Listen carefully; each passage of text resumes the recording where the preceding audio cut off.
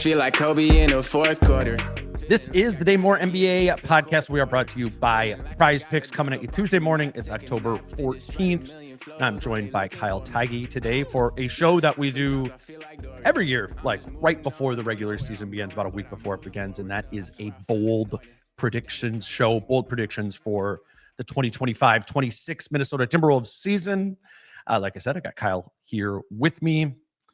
Before we jump into that, that's going to be the whole episode. Kyle, let's update everyone on Wolves Fest this Saturday. What's going down with that? You want to run through the details quickly on that before we get started? I'm hyped, first and foremost. Did you look at the weather? Because I think it's going to be sunny outside. I think it's going to be like 56, 57. Well, again, like a fall Saturday in Minneapolis. But I'm hoping, fingers crossed, that the weather stays nice enough that we can do this outside. But yeah, October 18th. The plan is outside. The plan is outside. Yes. October 18th, this Saturday at Falling Knife Brewing from 3 to 9. I guess we can kind of call it like a Wolves Brewery Day too. I mean, it's Wolves Fest. It's for what we use to kind of kick off the season. But Falling Knife is going to be releasing Second Apron beer that day, which has another cool label on it that you and I have seen. And we've kind of been collaborating on that. The Pack Tats guy is going to be there. I think he's the one that did all the Nas Reed stuff. So I'm probably getting a tattoo on Saturday. Also, there's going to be like merch. I think our guy Jake Scraft's going to be there. Pack Tats, some Falling Knife merch, and then Rectangle Pizza is going to pull up the truck like they always do. So, and then we're going to do a show, you, me, and Britt at about 5 to 6. And that's probably the opener for the big event, which is Crunch Wears No Pants is going to come after us and kind of, as everyone's had a beer or two or six, kind of close down the night. So it's just, we've been doing this a couple of years. Falling Knife's been so gracious to kind of host it. It's their event, right? We're just kind of pulling up to it. So I think it's going to be really, really awesome to kick off a season that everyone's really excited about. A lot of people, guests, maybe some surprises too. So yeah, if you don't have anything going on Saturday, it's a big sports weekend, by the way. You have Gophers, Nebraska on Friday night. Sunday, Vikings, Eagles. I'll be there. And then Saturday, like if you got nothing else to do, come hang out with all your favorite Wolves people and let's talk Wolves, let's talk predictions, and let's drink beer. I'm sure most people listening know that Crunch Wears No Pants is a podcast. Oh, I thought we were in the circle of trust. Like somebody sitting there is like, wait, so Crunch is going to come and he's not going to be wearing. My dad's like, the mascot's not going to have any underwear on. Yeah, no, those guys are going to be great. I'm actually doing a pod with them later tonight, so they'll be there. They'll be taking questions as we always do too. So it's going to be a really fun day. Weather permitting, we'll be outside, and again, just come hang out. It's a really good way between the merch and the food and the beverages, and there's also like NA stuff if you're trying not to drink or just waters. So it's a really cool event. It always kicks off the season for us and for them, and it's a good reminder too of like where you should go throughout the season if you're looking to watch games with your friends or the Wolves community. Falling Knife is awesome for that. They have all the games on. So see you on Saturday. Let's do some bold predictions. I was trying to think about the line of like what makes a prediction bold. Yeah. You know what I mean? And so I think there's varying degrees of like for mine of the odds that they hit. But how did you pursue this and like think about what makes a prediction a bold prediction? Well, I kind of use the Buffalo Wild Wings hot sauce meter to kind of like get them spicier as we go on. But okay. I guess I'm going to answer that by just saying, do you remember what yours were from last year? No, I was trying to look this up. I couldn't find it. So our guy Cam Cresco, shout out to Cam, who does our social media stuff. He did a cool little graphic. So here were yours really quick and here are mine. Dane had for last season, 24-25, the Wolves will sweep the Mavs in the regular season. I think that was inspired by what happened in the Western Conference Finals. Stats and research did not look into this, but I don't know if they beat the Mavs last year. Yeah. They definitely didn't sweep them. And then your second one was Wolves are top 5 in 3-point volume. I think they were close. Dante getting hurt didn't help that. We'll talk about that later. And then your spiciest one was Luka scores 25 points in a game. Luka Garza, not Luka Doncic. I do not think that happened. Now, this season, just a quick aside, Josh Minot might be good. I don't know if you're watching these Celtics games, but I watched the first game. Every Tim Conley failed transaction now plays for the Celtics. Wendell Moore, poster dunks, like what the fuck's going on? So I think Luka Garza will score 25 points this year. And then mine were, and this is kind of flows into, it's not just like a fun exercise. It's like, what do we think will happen? I said that Nikhil would get traded. And that was basically, I didn't think they were going to be able to retain him. 1 point for me, but they didn't trade him at the deadline. They kind of leaned into something that was working, which started to come around the trade deadline, right? Or the All-Star game is when they started to click last season. I also said that Jaden would be the second best player in everyone's eyes by the end of the season. That might have been tied into Julius Randle getting traded, which never happened, and I was happy about that. And then I said that Ant and Dante would break the single season 3-point record for the team. Ant did it. Dante was hurt. There you go. But 1 point for me. And then I said that Kevin Garnett would pull up as a bonus take to a playoff game. But obviously Glenn Taylor was still in his seat, so that didn't happen. So maybe we run that one back this year. But it's just kind of a fun way to get ideas to talk about things while also showing some insight into what you actually think is going to happen this season. So this isn't just like, this has nothing to do with gambling. This is more about what do you think the next 82 games plus are going to look like for the now 25-26 Timberwolves? Do you want me to do mine first? Or you want to go first? You go first, because I think I got pretty spicy, but they're more bold than we did last year, I think. So you start it. Your show. So I've been hinting at that this was going to be one for me. I've ran it across a couple of the guests who have been through here. And Chris said this was too bold of a prediction. But my first bold prediction is that Julius Randle makes the All-Star team. Oh, and same here. Exact same first one. Oh yeah, you did it too. You must. Yeah, must so that sucks. But we'll, okay, cool. We'll That's fun. Okay. Yeah. Let's we'll split this up a little bit because I have a couple different pieces to it. But I want to make the case that statistically, there's a world where I think he can put up all-star numbers. He has the groin injury in January last season. He's out for like a month, returns for the final 21 games of the regular season. And in that time, Julius Randle averaged 18 points, 7 rebounds, and 5 assists while shooting 40% from 3 and 59% from 2. Those counting numbers aren't quite there, but 40% from 3 and 59% from 2 is really efficient offense. The only players in the league to shoot 40% from 3 and 60% from 2 last year are Nikola Jokic, Domantas Sabonis, then some randoms: Keon Ellis, Peyton Pritchard, and Sam Hauser. So if Julius is able to duplicate that shooting, and obviously the 40% from 3 is a high bar there, that is extremely efficient offensive scoring, which is not something we typically think about, right? From Julius Randle. Again, that was the final 21 games of the regular season. And then you roll it over to the playoffs in the first 2 rounds of the playoffs where Julius was awesome. Obviously, I'm leaving the 3rd round out because against the Thunder, he did not perform as an all-star caliber player. But against the Lakers and against the Warriors, he found advantage situations over and over again and scored 24 points, had 6 rebounds and 6 assists in those 2 assists is what, or 6 assists is what he averaged in those 2 rounds. 35% from 3 in those 2 rounds. And again, 59% from 2. And 59% from 2 is like a real high level score for a guy who's not just getting dunks around the basket all the time. He did that in both the end of the regular season and the first 2 rounds of the playoffs. I think that indicates that it's plausible that he is able to be that effective from 2-point range again. And then the swing factor is the threes. I think on all of this, I was looking up his first All-Star season and the season he made second team All-NBA with the Knicks. That was the year he shot 41% from 3. Like, he has done this before. I'm not saying it's likely that he shoots 40% from 3, but it is within the realm of possibilities. Is something he did in New York in his very best season of his career.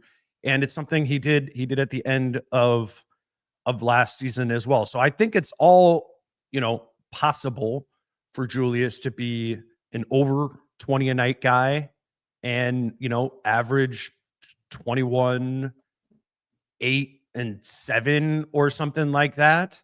I think that's within, again, on efficient shooting. I think that's within the realm of possibilities.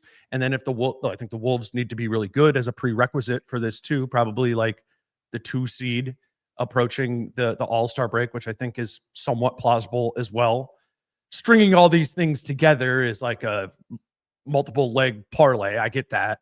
But I don't know. I don't think any of those elements sound insane to me. And if they are all strung together, I would anticipate Julius Randle being in the fringe all-star conversation for sure. What do you have on that? I'm going to pivot on mine, but to sum up what you just said, it's not a bold prediction because Julius Randle is a fringe all-star talent. That's not true. He's a three-time all-star, made all-NBA team before. It's more so when I was doing it, it's just about how deep the West is. Like, I don't know if I'm going to put you on the spot here, but like what spot would he get on the Western Conference roster? Because last year, I think the starting five is still votes based. Julius Randle is just not going to win that. Last year, the forwards and centers were LeBron, KD, and Jokic. If LeBron has, a working back come February, he's going to be starting in the All-Star game down in LA. So I was looking at it, and like the forwards and the bigs were like Şengün, Wemby, Anthony Davis, Jalen Williams, and then Jaren Jackson Jr. So that's kind of like the slot that I was like, I think he can fill that. Also, to your record point, it is kind of a single season parlay because when the ballots go out, which is kind of at the first of the year, right? January, we start really talking about this stuff. And when the votes start coming in, I just think the team is going to be, you said top two. I mean, I was kind of thinking even like top four in the West. Like if they have a good record, there's really no reason that they can't have multiple All-Stars. They did, right, a couple of years ago with Ant and Cat in Cleveland. But they were the one. Yeah, no, right. So, but I do. That's why the reason I'm saying two is like, I'm not sure if they're the 4 seed that quote unquote requires 2 All-Stars. I do feel like the 1 and 2 seeds, because it's the coaches who fill in the bench guys. And then that's how that's how I'm making the case for this. Well, and I think if you thought it was the Thunder 1 and then like the Nuggets 2 come mid-January, like Jamal Murray's never made an All-Star team. So maybe that continues and whatever. But yeah, I think what we're both saying is Julius Randle is going to have what we think will have a really big season. You laid out a lot of numbers for shooting stats. Mine was, I'm going to pivot on the fly. I do think he'll make the All-Star team. I think Julius Randle, bold prediction number 1, will lead the team in assists next season. He was really close this past season in terms of total assists on the season. I think Ant led the way in 79 games. He had 359 assists. Julius was second with 323, and he played 10 less games. So again, kind of cold, medium, hot porridge here.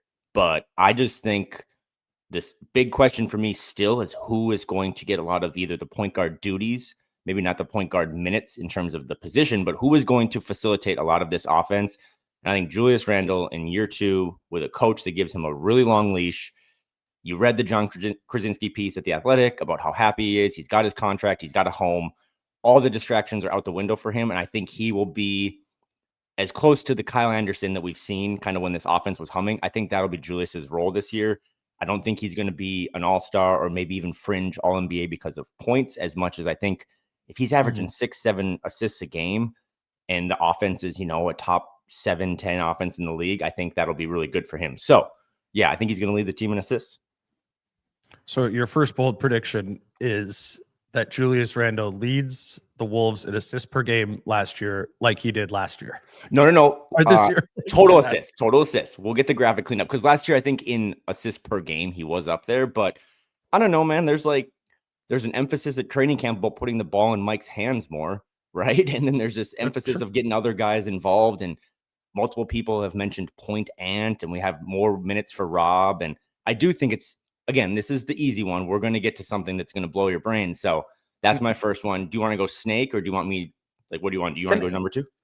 I just want to read off some players for the All-Star thing too. I know you kind of went through that with the forwards, but just to go because it's a little less position specific now, right? Like, actually don't remember exactly how that works. I have no idea what the setup is this year. It could be United States versus United Arabics of I don't know. It could be anything at this point with Adam Silver.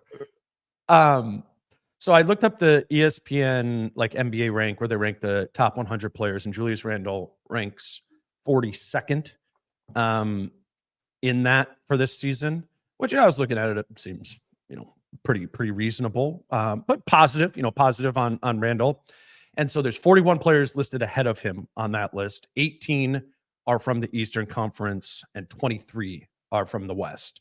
And to your point, this is making the All-Star team is a fight for the top 12 in the conference. And there's going to be some injuries and stuff like that. I'm obviously baking that into my prediction a little bit, but just quickly to run through who those 23 players are.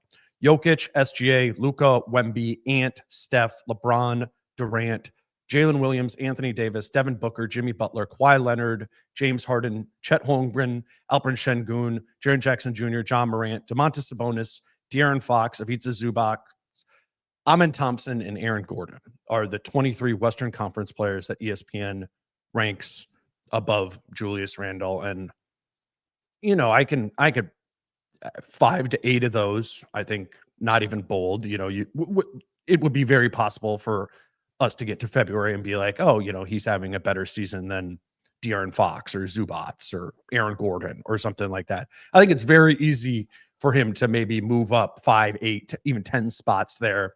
But then he'll probably need a little bit of injury help from those top guys who certainly are more likely to make it. But ranked behind him, though, Cooper Flagg, Zion Williamson, Jamal Murray, and Lauri Markkanen. I think those guys are all could have big years too and could maybe jump him there. So I think that makes the prediction bold, but also feasible. I pivoted on the fly and then you shit on my first one. But yeah, so I like mine. I like yours. Why don't you go number 2? Because I think it'll be less spicy than what I'm about to tell you. Mike Conley leads the league in 3-point shooting. Oh, how spicy is that? Okay, let's go. Percentage. Yeah, I knew that. Not volume. That'd be awesome. So I think it's one of those that sounds spicier than it actually is, which I think is what like a more likely bold prediction would be, right? 2 seasons ago, Mike Conley was 3rd in the NBA in 3-point percentage. He shot 44.2% from 3. I remember that season he started really hot. First 40 games of the season, he was over 45%, which is about like last year, the league leader in 3-point percentage was Seth Curry at 45.6%. The year before that, the leader was Grayson Allen at 46.1%. So we're probably, to lead the league, you're probably over 46% from 3 on the season. But 2 seasons ago, Mike shot 44.2% from 3, 3rd in the league. And even last season, he was at 41%. It's a lot of it is, well, first and foremost, he's an elite shooter. And even if he's not totally labeled as that, he's been an elite shooter in the league for a very long time. He predominantly takes clean catch and shoot looks, which he historically makes well into the 40% range there. And then, yeah, I just think that's the skill set of an aging player that disappears slowest. I don't think Mike Conley is going to be a worse 3-point shooter this season than he was last season. I think he can have quote unquote lost a step and still be well into the 40s. And if this offense really hums, he gets a ton of clean catch and shoot looks, shoots over 45%. I think it's within, realm of possibilities. Did you mention, is there a minimum attempts to lead the league? Yeah. And I'm putting you on the spot, leaderboard. Like, I don't remember exactly what it is, Okay. but he'll for sure make it. They kind of farm out or trim out the guys who have shot like 43s and made 20 of them. I think it's well over 100. And if Mike Conley's, plays even half the games, he'll exceed that bar. So yeah, I think Mike's going to shoot over 40% for sure. I would bet that. And then I don't think 45% is that crazy given, how recently he's been close to that. I was only asking about a minimum attempts, just kind of threshold, because we are recording this Tuesday morning. We have chosen as a podcast to not break down film of Timberwolves Loon Lions. So you'll be not getting any analysis of that game. But there was another point guard last night who looked pretty good. So I think a younger segment of listeners might be hearing that bold prediction and hoping that Mike hits his first 3 and then never plays again. so that he hits your bold prediction, but also Rob gets more minutes. That's a good one though, and maybe that kind of does single season parlay into like Julius is facilitating a lot more, Mike is spaced a little more, and he's just as a catch and shoot 3-point guy. Mike's not in the upper echelon, but he's pretty damn good even despite his age. I think he's in the upper echelon. Okay. I think he's the guys like the Stephs and all those types. Not in terms of like careers or anything, just catch and shoot threes. You think he's kind of up there? Yeah, I think it's like a misconception about him that he's not. I was just like, it even kind of was for me before last night, where while at the Timberwolves Long Lions game, I was working on this and only somewhat watching the game. But yeah, Mike's up there. I mean, he's up there. Today's show is brought to you by Treasure Island Resort and Casino, and I have a new Treasure Island note for you. Dane Cook, the comedian, is going to be at TI on October 24th for a show that starts at 7 p.m. The Wolves do play that evening against the Lakers, but that game is in LA, so it does not start until 9 p.m.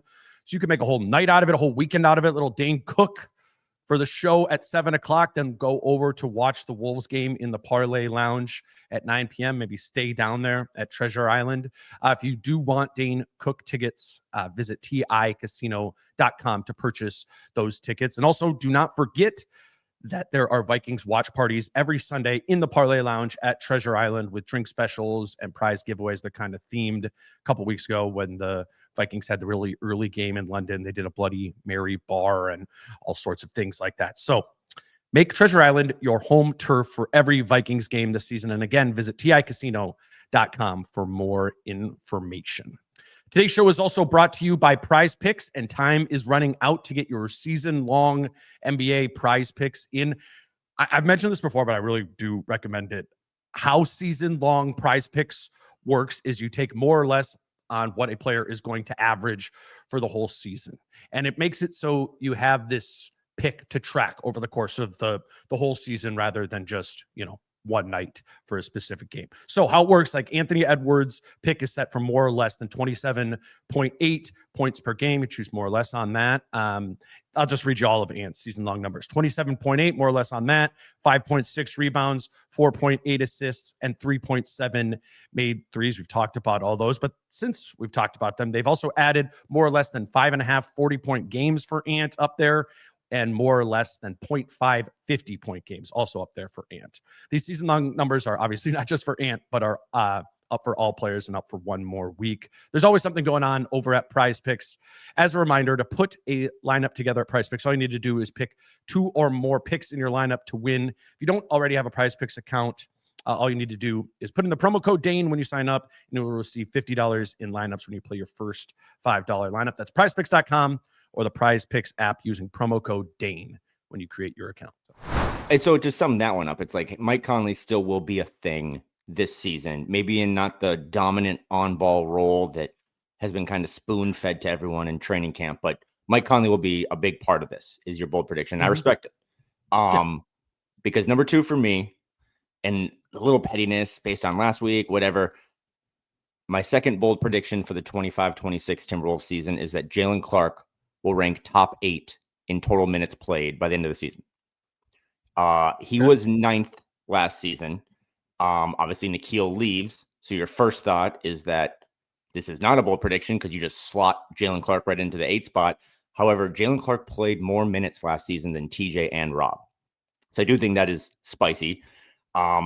These are a little vague just in case of injuries happen, trades happen, which I think listening to Matt Lloyd and Alan Horton last night on the call. I was obviously at home watching the game, but Matt Lloyd mentioned multiple times, he's one of our favorite people, but he mentioned multiple times that Tim Conley is like just one of the best traders in the league. And I've always been thinking, like, is Tim just itching to make another deal, like consolidate the roster, get a pick, whatever. So back to Jaylen. I do think one thing that was missing last week when we talked about Jaylen Clark, and you said, and you're smarter than I am, that you don't really see him being in the rotation early. Maybe he's the 9th guy, whatever.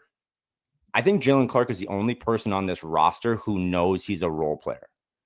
And I've been thinking about that all weekend when we talk about 8 starters and how dangerous that mentality can be sometimes of like all 8 of these people feel sometimes that they should be the first one to hit the buffet line. And then Jaylen Clark's like, I'm totally cool doing all the shit that no one really cares about. And I wonder, for this thing to elevate to the next level, if you need like guys who walk in and be like, I'm a role player, right? Because even like Terrence Shannon Jr.'s tires are getting inflated really high, and Rob was the 8th pick and stuff. And I think if he had more of like an Alex Caruso role, or obviously like the Jose Alvarado comp is pretty easy to make, but I just think Finch showed a little bit last year that he trusts Jaylen a lot. Obviously, TJ's had a huge summer, and he's going to be spoon-fed a lot of minutes too. But yeah, that is kind of, I do think, a bold prediction, because while he was 9th last year and Nikhil is out, there's guys behind him that you're thinking like Rob and TJ specifically are going to get more minutes. So I think also last night he didn't play. I don't think that was because he's like a guaranteed rotation guy. I think it's because they're being cautious, right, about whatever he did last week. So long ramble, but I do think Jaylen Clark is going to be a fixture of this thing come Thanksgiving. And I think those minutes will allow him to be top 8 at the end of the season in minutes played. Yeah, I think it's bold because it's shorting Rob Dillingham. Or Mike Conley a little bit, or, like in case, like in terms of a possible injury or he misses some time, whatever. So, but yes, it's shorting Rob Dillingham. I think not because I would short Rob Dillingham or because Rob is short. I just think that's how the rotation is going to boil out.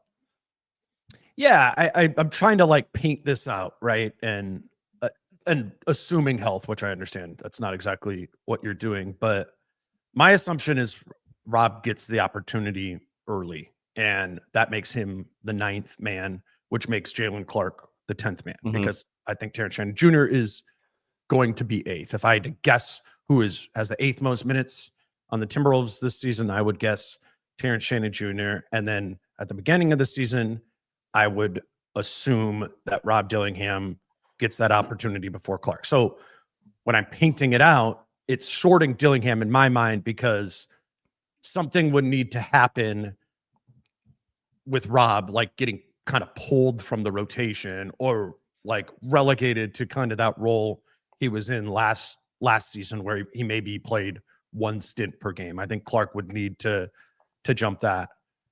I don't think that, as Jason and I talked about last week, I don't think it's crazy that Clark passes Dillingham, simply for the reason of, I just think we could get to a point a couple weeks even into the season where it becomes very apparent that this group, without Nickeil Alexander-Walker, obviously without Kyle Anderson and Karl Anthony Towns, who were big parts of that defense 2 years ago, that Finch gets 2-3 weeks into the season and goes, we do need defense. We specifically need ball containment, which is Finch's favorite line about defense. Something he really prioritizes. And while I do believe Rob Dillingham is going to fight on defense, he's not a ball containment guy. It's just he doesn't have the size or just kind of like weight to be able to take those bumps of ball containment. And if that gets exposed, yeah, I could see Clark jumping into the rotation. But I think it even then it's a little bold, because I still think Terrence Shannon Jr. will get that opportunity above Jaylen Clark. And I think, a lot of this Terrence Shannon thing is going to be about how good he guards, but I'm buying, the defense generally with Shannon. I don't think he's going to be a sore thumb there. I don't think he's going to be Nickeil Alexander-Walker. But yeah, I think it's bold because Jaylen Clark would basically need to jump both Rob Dillingham and Terrence Shannon Jr. or the injury thing. And again, I know you said shorting Rob Dillingham. I was thinking this more as just a long-term play. Again, total minutes at the end of the season, who is in the top 8. And I think with Jaylen Clark, if you do like name association or word association, you think, oh, defense. And you're right, because he was the best defensive player in college, and he's a great on-ball defender already, just despite being essentially in his second year in the league. But I just think about some of and maybe I'm grasping to too many quotes from Media Day, but all the other stuff, I go back to like, he's probably the best cutter on this team, for a team and a coach that loves or would prefer that they do a lot of off-ball movement and cutting and all these little things. So I think he is, back to my role player analogy, the one guy that when Dante comes in, I mean, Nas said it at Media Day, like, I know I could start for 25 other teams in the league. And I just wonder, like, mentally, now this is kind of more into my strike zone of, is it nice to have a guy come in who just is going to do all the little shit that no one else wants to do because they're quote unquote a starter, like they kind of have a bigger persona, bigger brand. So I just think he's a winning basketball player. And he is, and you know this from talking to him, like he is like one of the smartest players on the team, despite only turning 24, I think yesterday. Happy birthday. So I just think Chris Finch is going to love that. And when the times get tough or they do hit some difficult stretches, maybe he goes back to that well. And I'm always thinking back to that Suns game that we referenced, right? Where like the first young guy of those trio of guys was Jaylen Clark because he had one skill. So I would love to be wrong, by the way. Like watching last night's game, yes, it was preseason. Yes, it was against a lot of non-NBA talent, but I thought Rob Dillingham, his confidence looked really, really strong. So if Rob blows Jaylen out in terms of minutes played, that's obviously a really good thing for this organization. But the boldness is that he's either going to take some of Rob's minutes, Mike's minutes, or he's just going to show if he does shoot 40% from the corners or whatever, it's like, I just deserve to play every single night. Yeah, just one of those guys. Like there's 15 of those guys around the league who start or have major roles on their team. Maybe 15 guys in the Western Conference who play like that, and you wouldn't, you turn on League Pass and you wouldn't be like, oh, this guy is one of the most talented players on the Blazers or the Lakers or whoever, but they play because they deliver a specific thing that nobody else in the rotation consistently delivers. That's the Jaylen Clark case. It's the defense, and it's like you said, the cutting piece too. I do want to pump the brakes a little bit on the best cutter on the team thing, because I think of cutting as also the ability, the awareness to do it, but also the ability to catch while on the cut and finish. And okay. You know what I'm saying? And he's the most willing cutter on the team. I think he's the most aware. Just get him fit. Yeah. He's the most aware, but yes, now we go to your point. Yeah, you know what I'm saying? Just like I feel like there's going to be a couple of times where he makes an aware cut and, okay, here I am. I got behind my guy and Julius feeds him on a little like drop off bounce pass as he's, going to the basket. But then Donovan Clingan rotates over and Jaylen Clark now needs to like get a bump into Clingan and finish. Like I don't think that part is in Jaylen Clark's skill set, or I'm curious to see, more of it because, I'm a Jaylen Clark believer. I want to see him in the rotation. I want to see him approach us. I think that's a good idea for this team, but I'm trying to, with him and Terrence Shannon Jr., rather than just exclusively seeing how this elevates, like preparing myself or opening up myself for like, how doesn't this work? What are the potential pratfalls for Clark? Where have we maybe got over our skis with Terrence Shannon Jr.? Again, it's still my assumption that Shannon is going to be a rotation caliber player and Clark is too. But you know what I'm saying? Like we haven't really seen on the floor a ton of minutes from either of them as really a proof of it. We hear repeat from everybody in there, oh, they love Jaylen Clark. He's a role. He does exactly what he's told. Oh, Terrence Shannon Jr. lost all this body fat. He's a super strong player. All these things, he's ready to go. And I believe that all the people we're hearing that from obviously are telling the truth, and they're seeing that in practice. But that doesn't guarantee, right, that it's going to show up in the regular season, particularly if the role is somewhat variable, that they are still young players. Neither of them, I think, have just like 18 minutes a night for them to be like, yeah, this is bankable. I'm getting 2-3 shifts in this game. So I don't know. I want to see it. I just want to see it with those two guys because we didn't see that much from them last season when we really think about it. We saw exciting stuff. I don't think we saw like sustained things from them.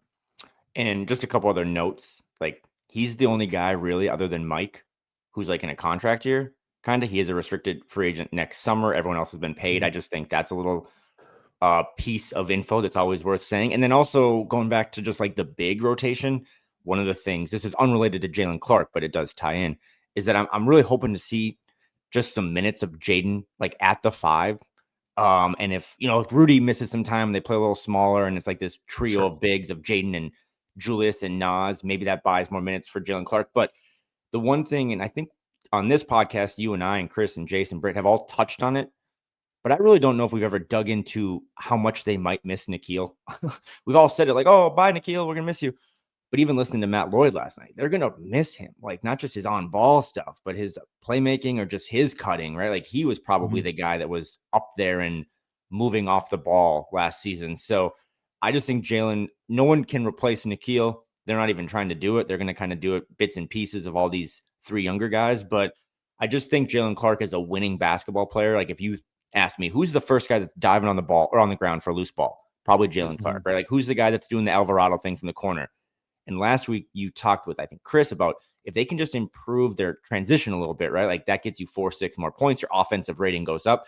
I think if Jaylen Clark just gives you 3 to 4 winning plays a game, a steal on an inbounds, a cut, and he only gives you 6 points, but they lead to really easy baskets. That's another way to kind of help just buoy this offense and get it up into that top 5, top 7 range. So I'm expecting I'm hoping or predicting whatever, a big season from Jaylen Clark. But if it comes at the expense of, like, if Rob just crushes this and I look like an idiot, I'm kind of safe, right? I'm hedging my bet, because then that would mean that Rob Dillingham is getting 18 minutes a night, and that's a really good thing for this organization. So kind of my next one is along the lines of something you were just saying. For maybe people who are just coming back into the pod, just starting to read Wolves stuff over again. Kyle, what has been the number one intention for this team in training camp? What is Chris Finch talked about? What have the players talked about?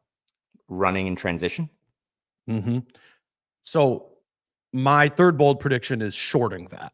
And it is that the Wolves finish in the bottom 5 in pace, after making it their number one priority in training camp. I'm mostly just selling the idea that this takes, that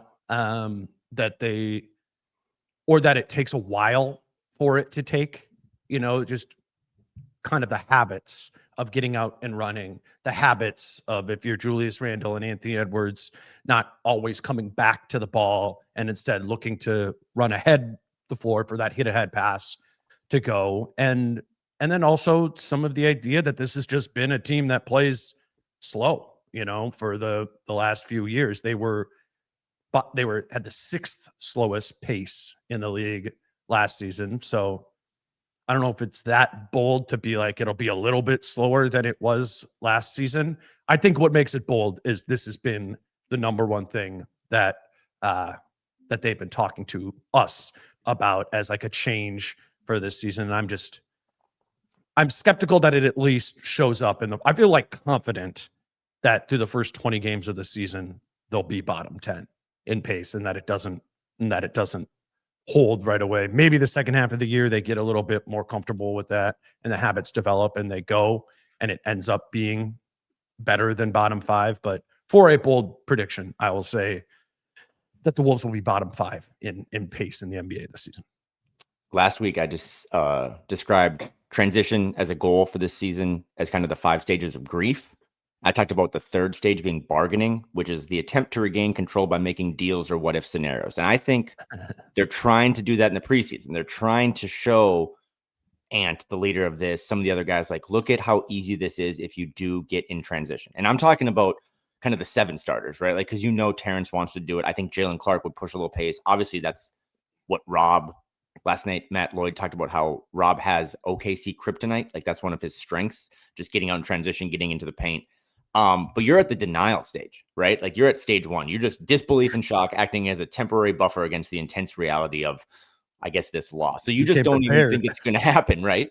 You just like, I get it. They're talking about it, but maybe they just go back to, we're a defensive-minded team. We play slower. Although that's kind of you think it's going to look a lot similar to what it's kind of always looked like the last couple of years. Yeah, I mean, I don't think this is a 50-50 proposition, but if I'm trying to get a little bold and I'm trying to prove a point, I mean, bottom 5 is bold as this. hell. Like that, you're saying like this, they're saying one thing, but they're not even going to get close. I mean, that is, 25th to 30 is in pace, we're a slow ass team. Right. And I just... It becomes the question of, are they going to be what they've always been, or are they going to be what they tell us they're going to be? And I'm going to lean on the prior of what it's been, I don't think they'll actually finish bottom 5 in pace, but I do not think they'll be in the top half of the league in like transition they were 27th in transition opportunities last season. Mm-hmm. I think that is a pretty large jump. And I've asked Finch about it at training camp and stuff like that. And when he's talking about the pace increasing, he's not talking about flipping this to them being a top 10 in pace team. He's talking about getting up from 27th in transition frequency to like 15th league average. And yeah, it wouldn't shock me if that happened, but I think more likely we're talking about a bottom 10 in pace team, and to get a little spicy, I'll say bottom 5. And just to clarify, this doesn't have anything to do with the roster, because I think the roster, if you just looked at it and you woke up from a coma, you'd be like, oh, that they got a lot of guys that can get out and run. I think it's more habits. It's a habits thing. It's a buy-in thing. Again, continuity was the buzzword of the summer. I think habits has been the buzzword of training camp.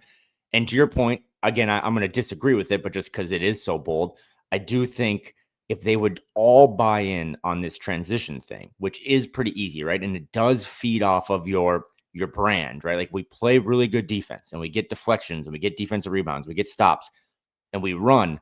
That's how Jaden McDaniels gets more opportunities to score, right? Like, that's how Theige uses his best strength. That's how Rob maybe gets more minutes, is just flying up and down the court. So to me, it's like, if they don't do that, and you're right, that is one of the most frustrating. Like, I will be very frustrated come April or May of like, what the hell? Like, you guys just never, you spent all October kind of working on this and you just went back to your bad habits. That would be a bummer. So it'd be interesting too, to see how Finch would react to that being the reality. Mm-hmm. Does he make rotation type of changes? Does he demand this? I think Finch is, generally speaking, like a coach who gives you a parameter for what to do. You know what I'm saying? Like, I don't think of him as like a super stringent coach. And I think for this team to make a major leap in transition frequency pace, it is going to need to be like a demanded thing every single day. And would make sense to demand it every day, because to your point, they do have this personnel that would be good at this if you can develop those habits. So obviously that's just going to be kind of a ranking, I think, that we're going to look at and be tracking over the course of the season. What do you got for number 3? One thing from the weekend that I want to add into the I might know ball category is Friday we did a pod. We talked about getting out in transition more, which is very timely because we're talking about it now, and how that could lead to more turnovers. I mean, that's just facts. You increase the pace and you probably increase the volatility of turning the ball over, which is something that Chris Finch has been, a very hard disciplinarian on. Like, if you turn the ball over a lot, you're not going to play. Then Saturday morning at practice, Finch might listen to the pod. He said, not all turnovers are created equal. And that's what I said on Friday. So 1 point for me. Anyway, my third bold prediction, this one's bold. Like, this is really bold. I did crowdsource this one because I was all over the place of like, do you say they're going to win 57 games, which would be the most they've won since the KG era, more than 56 a couple years ago? They've only won 50 games. I mentioned the golden age of Timberwolves basketball. They've only done it once since 2003, 2004. I debated having like a big trade. Like, do they get frisky and trade Dante, or do they try to upgrade at the point guard? They missed out on Malcolm Brogdon. Maybe like, do they try to go get someone because it didn't work with Rob, it didn't work with Mike, whatever. Ant recording a triple-double was on my list. He's never done it, which I think is kind of wild. I went back and looked. Kyle Anderson had 3 a couple years ago, and then the most recent one was Shabazz Napier. Did it during COVID. Shout out to Shabazz Napier. But I settled on, at 20-1, I think my third bold prediction is that Anthony Edwards wins MVP. And that's bold in the sense of, it's not even trying to be a homer. Like, there are things with this organization, this team, that I'm concerned about, point guard play being one of them, maybe rebounding. But at 20-1, if you look at the list, right, quickly, who has better odds than him? Jokic leads the way at like 2.2-1. They're going to be really good. And I could see him getting another one and kind of solidifying himself as one of just the absolute best to ever do it. Shea plus 275. I think people have voter fatigue for him. I think the Thunder will be really good again. But if Chet takes a leap, or if Jalen Williams takes a leap, or other guys on that team, maybe they just kind of cannibalize his ability to win it again. Voters don't love going back to back. Luka at plus 380. I don't know, man. you can tell me your Lakers thoughts offline. I'm really struggling with this whole Lakers are going to be a top 4 team thing, especially with the LeBron injury. Now, if Luka just goes full vegan and is 37, 9-8, then he's going to be up there. But I just don't think the Lakers will have the record. Giannis 11-1. I think the Bucks are going to be bad. And I don't think you can win MVP when you get traded mid-season, which I think could happen. Wemby at 15-1. Those stats or those highlights in the preseason are as close to basketball porn as you can get. Like, I don't know, go Google search him right now. He is doing some shit that only monks can do. So he would be tough. But again, will the Spurs have a top 5 record in the West? I don't think so. And then Ant's at 20-1. So you can kind of nitpick some of those other guys and then be like, okay, to Dane's point, bold prediction number 1 or whatever, if they are a top 2 seed in the coldest months of the year, and people just love his personality, and now the AE2 is popping. I know some of this stuff is really annoying to core basketball people, but that shit matters. He's got the personality, he's got the shoe with all this other stuff. People want to vote for him. He's never won it before. So yeah, I think at 20-1, my third bold prediction is that Ant wins MVP, and it kind of crystallizes what I think and expect actually should be a really good season for a team that their over-under is 48. I think they should win 55 games. And if they win 55 games and he is the core 75 games played, I think he'll have a real chance to win it. And rant. I think it's bold because I do think like Shea and or Jokic would probably need to get hurt for that to happen, given just kind of how bankable we see that to be. But I'll add a piece of why I think he could get more votes than maybe we would think going into it, or more than those 20-1 odds suggest. If Ant is great, people want to vote for him. And I would, yes. Yeah. Yeah. And like that's true. And I would point to 2 awards that he's gotten votes for that he's had no business.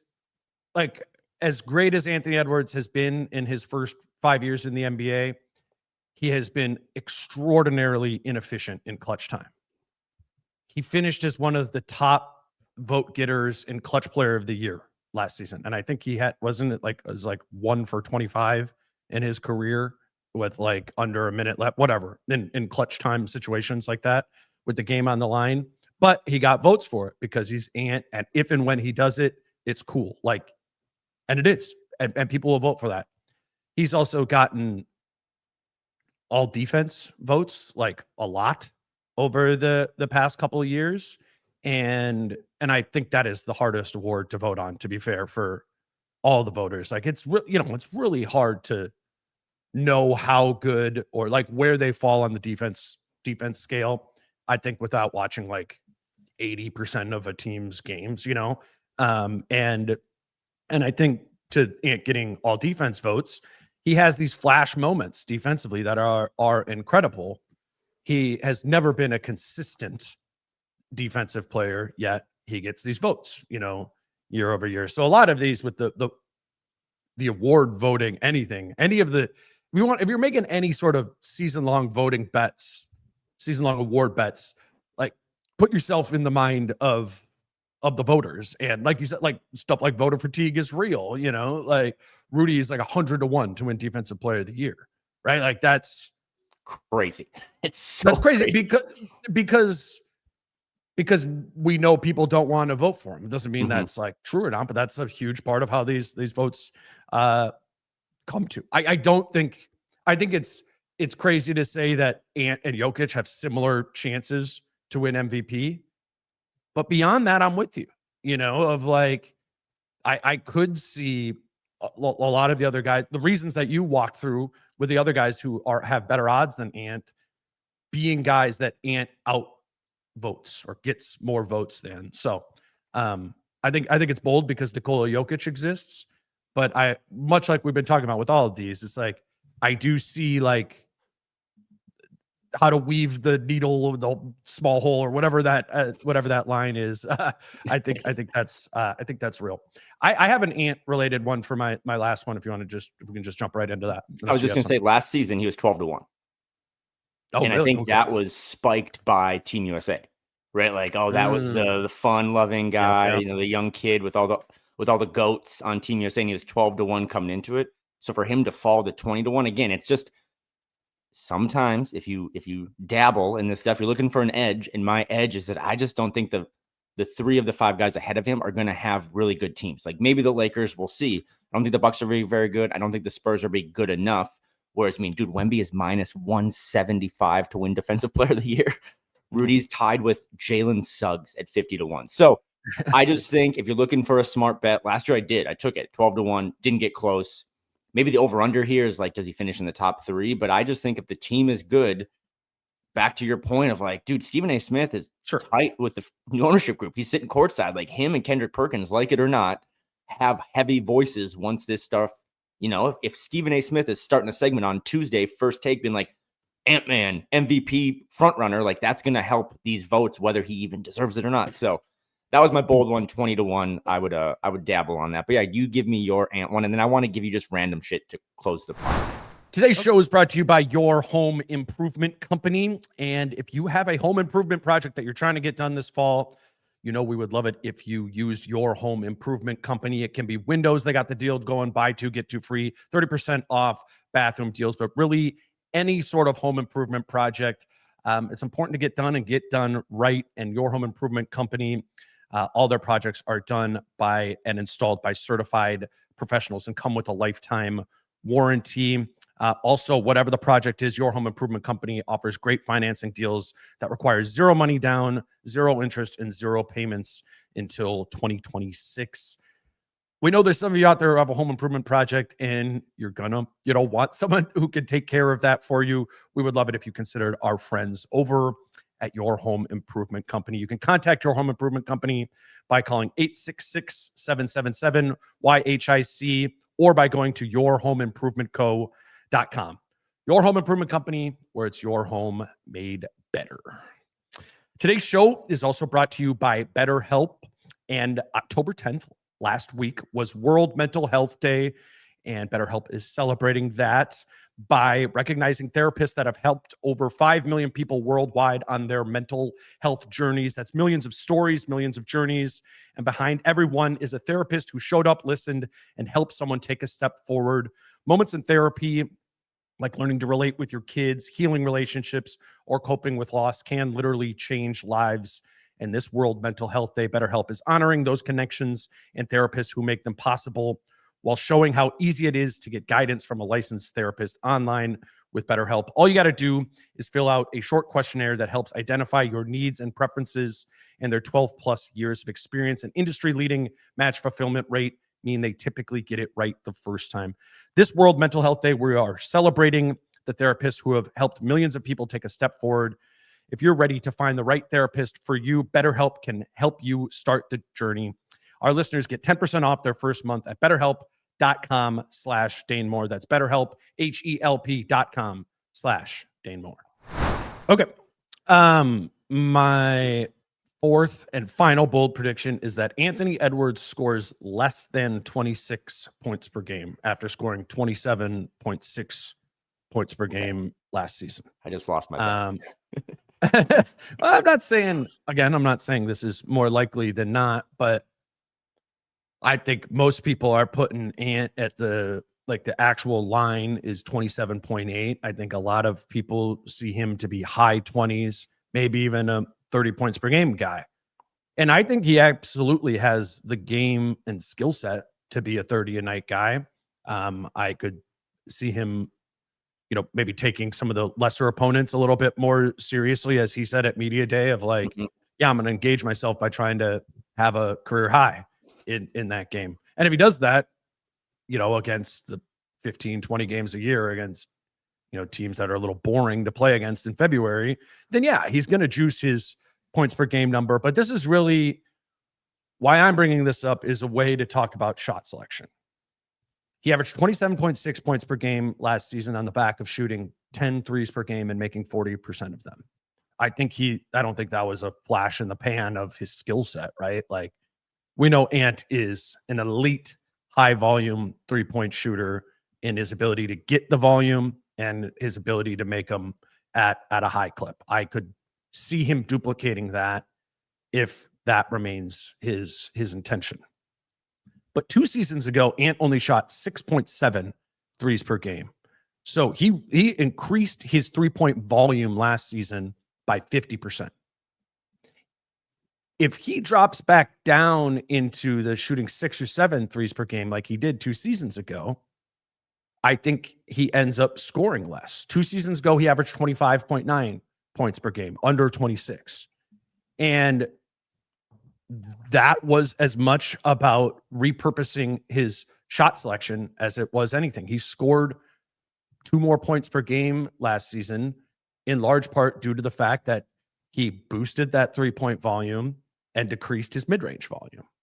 And even if he hits his mid-range shots at a higher clip than he has previously, if he's shooting 45% of his shots from mid-range, then it's going to be really hard for him to score in the high 20s per game, because that is going to some extent, certainly come at the expense of 3-point shots and attempts at the rim. And those are the best ways for him to put up higher scoring games. That's his power, to be a 30-point per game guy, is shooting 10 threes per game and getting to the rim and the free throw line even more. By prioritizing the mid-range more, he's going to score less.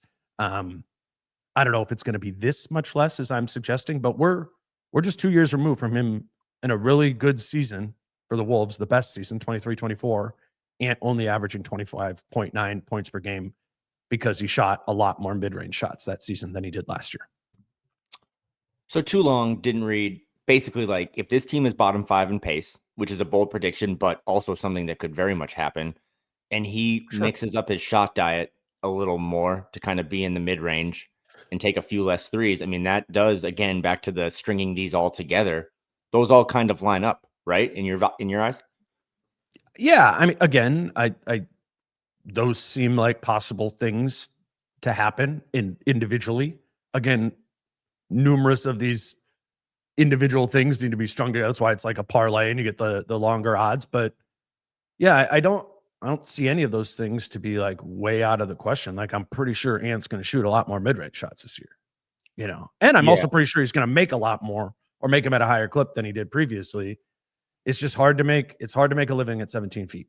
That's just the fact of the matter of NBA basketball. I still think the biggest question with this team this season is the point guard position, but we've done it multiple times now. We'll see what happens. Are you not fascinated, though? Just like, give me the first 10 games of what is Ant actually doing out there? Because Jake Painting hit me up and he provided good feedback of last week. I was like, I hate the mid-range stuff already. I just think everyone's not moving around. I'm not a huge fan of it. And then to Jake's point, it's like, well, you can't complain all of last season, which I did, about him not having a go-to move late in games or whatever, and then, criticize him trying to develop this go-to move. My only pushback is I don't know if that's the go-to move I want, right? Like, I don't know if we're down 24 seconds left in the fourth quarter, like, just throw it to Ant, let him post up. Maybe that does work. Maybe that leads to more fouls drawn. Maybe he does develop something like that, but I just don't really know what to expect, I guess, is kind of my larger point of, in Portland against the team, by the way, as we look ahead about a week, that Portland starting 5, what they're going to do is they're going to be really good defensively. So how are they going to defend Ant? And is he going to let 11 of them go from 3, or is he going to try to really focus more on getting into that, as you said, unlivable or unsustainable 17-foot range? And how does that affect the rest of the offense? So I think figuring out who's going to run the show is what I will be most interested in game 1. But I mean, Anthony Edwards, man, after one summer, led the league in threes. And then you would think like maybe all summer, all he did was work on shooting them from 32 feet. And instead he's like, actually, I'm going to go inside the 3-point line. Like, that's Ant in a nutshell. But like, you just came off of this crazy 3-point shooting season, and now this other part of your game. How much of that summer work with C. Hines is going to actually take place when the regular season starts? Or, as we hinted at last week, is it just he's just experimenting? And I think you're saying it's not just an experimentation. It might be a real part of this version of him. Yeah, and I think it's a nuanced conversation, because I think Jake's right with that. I think he is too, yeah.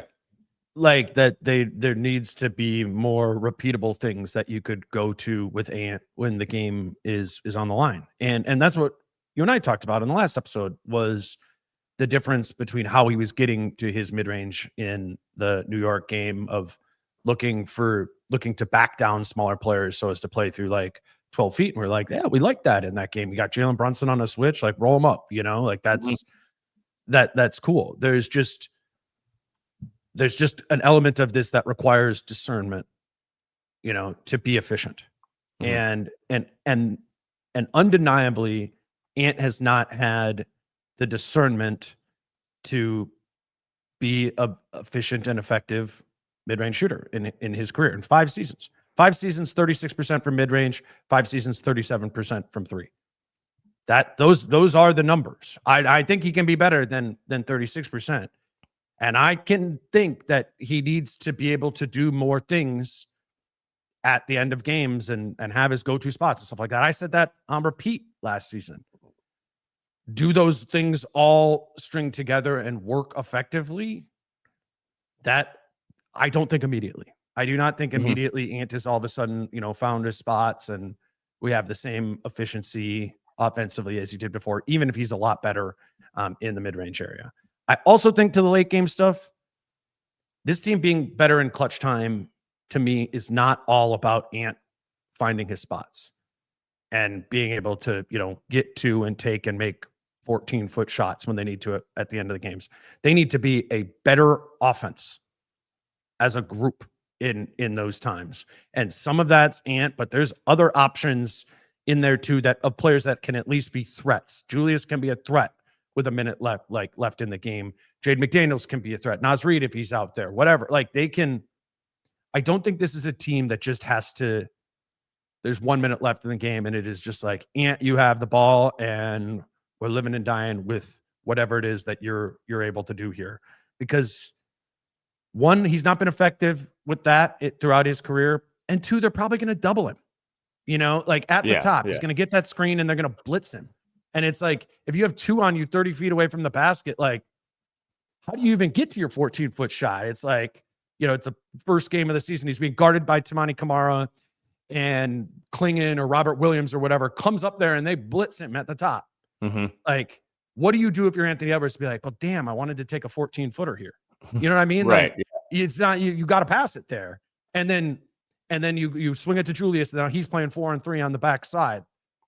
Like, that's just going to be an element of late in games. I think the way they get it to him, if they want to late in games, is he is not initiating the possession, and they find a way to get him the ball kind of in the elbow extended area where he can catch and kind of do the Kobe and Jordan stuff, Carmelo, square, pump, go, whatever it might be. My question is just like, are those going to be efficient, good looks right away? And how could I, with like, in good faith right now, say, yeah, man, I think he's going to kill it from there right away when he's been one of the least efficient mid-range shooters in the league through the first 5 years of his career. So it's going to be a fascinating thing to track. I just think, to be bold, an externality of leaning on finding his spots more, playing through the mid-range more, could be less points per game. That's all I'm saying. When I think back to last season and late game stuff, I just think of that sidestep 3 he hit against the Rockets, which was a bad shot. The no, yes, which I think they won that game. And then also when we were at Treasure Island, shutout, another year of sponsorship with them, when he hit that ridiculous 3 against the Pistons. You mentioned a bunch of names earlier in terms of it can't just be all Ant trying to improve this late game stuff. And I agree. The one name you forgot, and I think it's meaningful coming from me because it's me, Britt Robson, and Jim Pete, who are the 3 biggest fans of this guy. I think Chris Finch needs to do some stuff to put them in more situations of like, it's awesome that Ant hit that crazy 3 double teamed on the road against Detroit. That's terrible offense. He shouldn't even be in that situation unless the shot clock's at 1, right? Like, finding more ways. And it kind of goes back to what you're saying. Don't just have Ant initiate, like get the ball out of his hands, have it be more trusted with the lead, the team leading assist guy, maybe in Julius Randle or a point guard out there that can get Ant in a better spot because everyone's going to double him. Hell, he said it the other day to you guys in like after shoot around or after practice, like they're going to double me a lot. Like that's what happens. Like, I'm so used to it now. And that's a sign of being a top 6 or 7 MVP guy. But the sooner he can get off of it to make his life easier and then trust that it gets back to him. I just am going to be so fascinated by, he's preached continuity. He's talked about it media day, coming out of the gates fast. but he's the leader of all this stuff. He is the most important person in that organization, and the tone he sets, right? Initiating that first punch for the defense. I'm just fascinated to see what he does game 1, game 2, game 3, because early season, you've got some lesser opponents like the Blazers, the Lakers twice with LeBron. Like, does he really set the tone for an MVP caliber season? And that would trickle down to what are his shots that he's taken on a night in, night out basis. What do you got for your last one? Just some fun stuff. This is my favorite pod we do because I get to spend time on my 2 favorite websites, DraftKings and Basketball Reference. What do you think Wemby's odds are this season to have a 10 block game? A 10 block game? Jeez. Probably not that high, but it should be high. 10 is so many blocks. It's minus 110. No way. Yes. But here's where we get spicy. Victor Wembanyama to have a quadruple double is 25-1.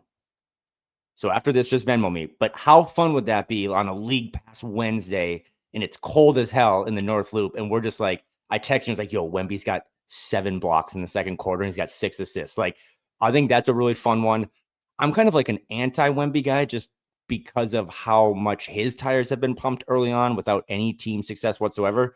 But to me, he is like the needle mover this season. I know Cooper Flagg will get a lot of love. He's a rookie and stuff. But if he's really, really good and that Spurs team is way better than their over-under projection and all that stuff, that's like the one wrinkle in the West to me that could affect the Wolves specifically, right? Because I'm not as concerned about the Lakers, Clippers, all that stuff. But I just thought 25-1 to have a quadruple double, I think is bananas. Also, just for funsies, what would you set the over-under on 30-point games for Jaden McDaniels this season? Just what would you set the number at? It's got to be 0.5. Yeah, I was thinking 0.5 or 1.5. Okay. I set it at 3.5, and then I felt dumb about that because I think he's only had it once. You said it is set at 0.5? No, this was just a me thing. This is Kyle DraftKings. Yeah. 3.5 is probably high, right? Like, he's not going to have 4 30-point games. That would be a ton of injuries or something, right? Yeah. Well, that's what I'm thinking. That's probably a pathway to. I'll say 2. I say Jaden McDaniels has 2 games where he scores 30 points, and you're saying 3 or 4? I think he's going to have more. If you set it at 1 or 2.5, I'll take 3. You can have 2. We'll bet dinner on it. And then last but not least, just in terms of I've never gotten your official prediction. You're not a predictions guy because you're a real hardcore analyst. Like, over under on their win total. It's anywhere from 48.5 to 49.5. I feel like we've come at this bold predictions pod from different angles.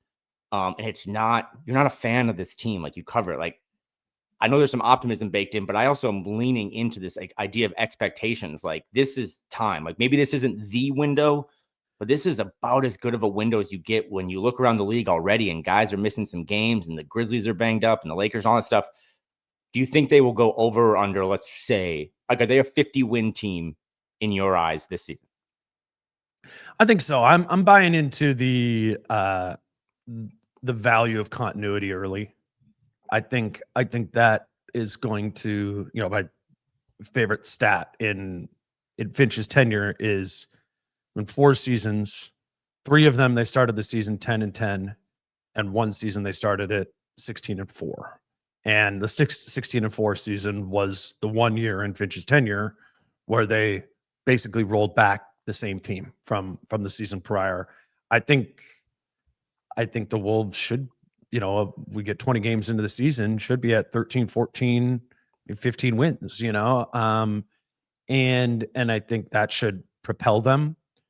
I'm concerned about like a bad month when injuries inevitably happen, and it is the same group. Randle, Gobert, Conley, all key parts of the rotation in their 30s. I think, Dante's in his 20s, but he's just kind of the way he plays. He strikes me as a more likely to get injured guy. That's just an effort sort of thing, the way he flies around. And I also have this, this is like a big, like, knock on wood sort of thing. But I've been watching like Mike Conley a little bit. And as he gets older and stuff, how it kind of works like this in pickup, right? Like, where you get a little bit older, you just like, you have to like overexert yourself a little bit to keep up with the guys that are a little bit younger and faster than you, and I'm concerned about a Mike Conley injury, and obviously they got Rob Dillingham and other guys behind them there. But if they don't win 50 games, I think it's going to be because there was a tough month or 6 weeks where they were a sub 500 team, during that time due to injuries, which in January happened last year. There wasn't like 13 games. They were like 5-8 and they're missing a lot of guys. I think if that happens again, even if Ant is healthy, that they could have a rough stretch over there. So to me, and that's probably baked into the 48 and a half, is obviously the possibility for injury. But assuming like a good, not great injury luck season, I think they're still a 50 win team. And I want to like spend a little bit of time like looking at the rest of the league and kind of figuring out where I would put the other win totals of teams. Maybe we'll do it at Wolves Fest next weekend, give our final win total prediction. But yeah, if you want me to hold me to it right now, I'll say 50 and 32. Okay, good, which I do. We talk about this fast start. This is probably a good way to close because this will be the last pod you and I do other than Wolves Fest this Saturday, October 18th, hopefully outside, hoodie season, shorts. Like, it's going to be perfect. It's the best way to kick off this season. It's going to be the biggest one we've done yet of these. But no one's ever gone through the schedule really quick, so this is my last thing. But this is really interesting. The first 12 games, Portland, Lakers, no LeBron. Pacers, no Halliburton. Nuggets, Lakers again, no LeBron. Hornets, Nets, Knicks, Jazz, Kings, Jazz, Kings. You should get out to a fast start if all summer you've written on the whiteboard continuity and running it back. Like, that to me is 8-4 at a minimum, 9-3. That sets the tone in the West. That sets the tone for Ant to elevate himself. He's not a top 5 guy in the league in terms of anyone's eyes other than maybe local ones, right? That's what the MVP odds kind of say too. That's what all the national guys say. So I think those first 12 games are going to be fascinating. And then they go to Denver, I think, for game 13. So can they get out of the gates really fast? They've said it all summer, how much it means to them, how it's helped them just clean up habits and tighten things rather than have to fully embrace a new roster or all these new things. This is the antithesis of what happened last year with all these new guys who weren't even here for media day. So yeah, I'm expecting, not even hoping, I'm expecting that they get out to a fast start. And if they don't, it's gonna be a fascinating season, right? And it's gonna be a fascinating conversation. If they do, you can kind of start to look ahead of like, okay, how do they build this thing out to the ceiling analogy of like, how do they blow that ceiling out the last couple of years and try to become a real threat in the West, not just someone who makes it to the Western Conference Finals and then gets bounced early. I think that Pacers game is the interesting one, right? Because it's the home opener. Dude. Obi Toppin just hit his third 3 already. Yeah, exactly. Right. Like, that's a team stylistically that they've struggled with a lot. And the way, like, and the reasons that they've struggled with them stylistically are the things that are really trying to address this season of playing faster, getting back at, like being sharper, all the things that the Pacers are. And I mean, there'll be no TJ McConnell in that game. I know that doesn't sound like that big of a deal, like TJ McConnell, but with no Halliburton, and McConnell does kind of put that pace into the Pacers. It'll be interesting to see, but I don't know. You read through those ones, and there's a lot of those teams, the Pacers, you wouldn't like. They probably have the lowest win total over under of that whole group, but it's such an interesting opponent to me because I think they push the Wolves buttons, and if the Wolves could be like, no, we're not, those are not the buttons we're letting get pushed this year. Like, you're the banged up Indiana Pacers. It's our home opener. We're taking care of business. That'll be an interesting inflection point for me for the beginning of the season. Because, those first couple of games, you got the opening night in Portland. They go straight to LA, play a crypto I'm not going to be up in arms if they lose that Blazers or Lakers game, like that Blazers fine, game should be way closer than people think. Like, I think the Blazers are one of my like stock up teams. 84 to 86. Yeah. Well, that'll be better than what we saw the last 2 games last season. And again, like, you get an early idea because they were asked in media day, like, what are you going to do against those lesser teams? Right. And jokingly, I hope was like, I'm just going to go for a career high. But this team has consistently, to your Pacers point, played down to competition when a star is out. And I do think it's notable for a team that had really good injury luck the last couple of years 2 of their Laker games come in the first couple of weeks of the season without LeBron. Like that's guaranteed that's 3 or 4 weeks. So like, how do they pull up to crypto on a Friday when it's still kind of nice in LA and be like, are we going to take this seriously and run him out of the building? Or are we going to let Luka kind of, dictate everything? So I think Who's got Laravia? Yeah, Marcus Smart. No, it's going to be exciting. And again, I think for you and I and the show and the community, it kicks off in my mind this Saturday at Falling Knife, because I think that's always been a fun event. So last time kind of promoting that on my end, but yeah, Saturday, Falling Knife, 3 to 9, couple different live pods. It's going to be a really fun time. So if you can make it out, again, there's all sorts of options for whatever you got going on, and come hang out with us, give us your bold predictions, tell us how little I know ball, and it'll be a really cool Saturday. Yeah, we'll have a fourth microphone we always take a bunch of questions at that one, rather than just me, Britt, and Kyle talk about the same stuff we've been talking about all preseason. So we're looking forward to that. That's coming up. Yeah, on Saturday. That's coming up quick. I am heading to Chicago today, actually, to spend the week there. I'll cover the Wolves Bulls game. Britt's going to be there as well. I know we haven't had Britt on the pod in a while. He was out of town last week, but he's coming down to Chicago too. So we are going to do a pod right after that game at United Center, Britt and I. So that'll be the next pod in the feed will be, I guess that'll probably come out Friday morning. And then on Saturday, Kyle, Britt, and I will all be back in Minneapolis, and we will be doing Wolves Fest from 3 to 9 p.m. Kyle, appreciate you doing it. You got anything else? Yeah, I think that Bulls game is going to be fun, and I'm glad that you're going to be on the road for it, because the greatest value guys are going to play. The greatest value I provide to this podcast is I watch TV. So last night, Matt Lloyd said he used the phrase dress rehearsal. He thinks it's going to be like the closest you probably see to rotations and minutes, and you might get a really good glimpse into what to expect a week from now in Portland, tomorrow night or Thursday night in Chicago, when I think all the guys are going to play, and they're going to play hard, and this is going to be kind of the tone setter for game one. So dress rehearsal in Chicago, and then you and Britt will break it down. Yeah. Looking forward to it. Looking forward to Wolves Fest. You guys obviously follow Kyle on Twitter at Kyle Theige. If you're not familiar with Crunch Wears No Pants, listen to that podcast with Kyle on it later this week. That can be an extra pod for you in your feed if you're looking for him, as this will be a lighter week for us. But yeah, until Thursday night in Chicago with Britt, he's Kyle. I'm Dane. Peace out. How I'm feeling, man, I hope it never stop, yeah. Green and hot so you can find me in the crowd, yeah. Don't let standards ever bring you down, yeah. Hope you dancing.